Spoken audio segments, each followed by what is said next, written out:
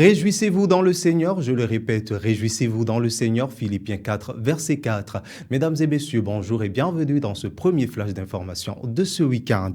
Ce vendredi 8 août, le ministère du Travail et de la fonction publique a dévoilé sur son site les premiers résultats du concours de recrutement de 172 fonctionnaires de l'État. Ces candidats admissibles devront travailler au profit du ministère de l'Économie et des Finances. La note ministérielle précise que les résultats publiés sont sous réserve d'ultime vérification et de contrôle. Parmi ces premiers résultats, 35 corps de métier sont pris en compte sur 37 ayant préalablement composé. 5050 candidats ont planché les 19 et 20 juillet 2025 pour ce concours. Il faut noter que la ministre de la fonction publique, Adidiatou Matins, à travers un communiqué le 4 août dernier, a informé bien sûr de l'annulation de 2 épreuves de ce concours de recrutement. Il s'agit donc notamment des épreuves de corps des ingénieurs des services techniques du bâtiment et des travaux publics. Ce jeudi 7 août, le haut-commissaire de la prévention de la corruption a livré les résultats de la mission d'enquête mise en place après les dénonciations de siphonnage présumé de fonds au ministère de l'Énergie et de l'Eau. C'est lors d'une conférence de presse, le haut-commissaire a déclaré, je cite, « Aucun élément n'a permis d'établir la moindre preuve de malversation ou de détournement de fonds publics.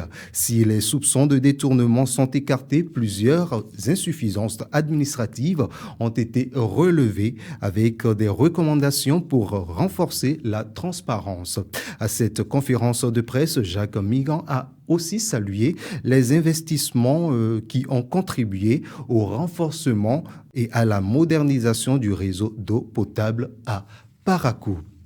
Même en période de vacances, le campus d'Abomey-Calavi, l'université d'Abomey-Calavi, n'est jamais totalement vide. De nombreux étudiants continuent d'y circuler parfois pour des raisons académiques ou pour d'autres raisons. C'est un constat fait par notre équipe sur le terrain.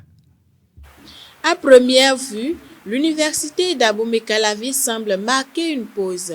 Les amphithéâtres sont calmes, les cours officiellement suspendus. Mais en réalité, le campus reste bien animé. Des étudiants sillonnent les allées, d'autres sont regroupés sous les arbres. En vacances, certes, mais pas pour tout le monde. Nous sommes venus parce que les résultats des rattrapages sont sortis et nous sommes venus consulter nos résultats et si possible faire des réclamations. On a déjà fini les cours et les rattrapages, on les a déjà fait, c'est juste les résultats qui sont sortis, on est venu consulter. Nous sommes venus ici pour un objectif.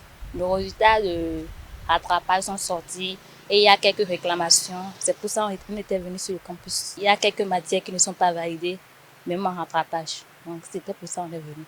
Pour certains, cette période est idéale pour avancer dans leurs recherches, préparer leur soutenance. Mais d'autres viennent pour des raisons bien différentes. Résider, se reposer, se promener, vendre, profiter de la connexion Internet. Oui, je vois certaines personnes, mais la plupart, c'est des promenades. Bon, il n'y a pas beaucoup de raisons officielles pour qu'il y ait des choses dans le campus. Si moi je suis ici pendant les vacances, c'est parce que j'ai certaines activités qui me retiennent toujours à Calavi. C'est tout. Sinon, je suis déjà en vacances en fait.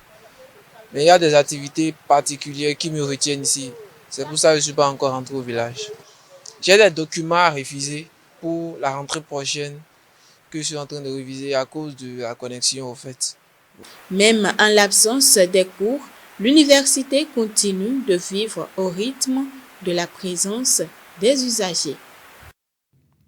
Et puis, hors de nos frontières, à présent, le président ivoirien Alassane Ouattara a annoncé une augmentation de la prime exceptionnelle de fin d'année des fonctionnaires et des retraités. Il l'a fait savoir ce mercredi dernier à travers son discours à la nation dans le cadre de la commémoration du 65e anniversaire de l'indépendance de la Côte d'Ivoire. Alassane Ouattara a déclaré, je cite, « J'ai décidé d'augmenter la prime exceptionnelle de fin d'année des fonctionnaires. Elle passera ainsi d'un tiers du salaire mensuel de base à 2 tiers du salaire mensuel de base à compter de janvier 2026. Pour les retraités, la prime passera aussi d'un tiers de la pension mensuelle à 2 tiers de la dite pension à partir de septembre 2025.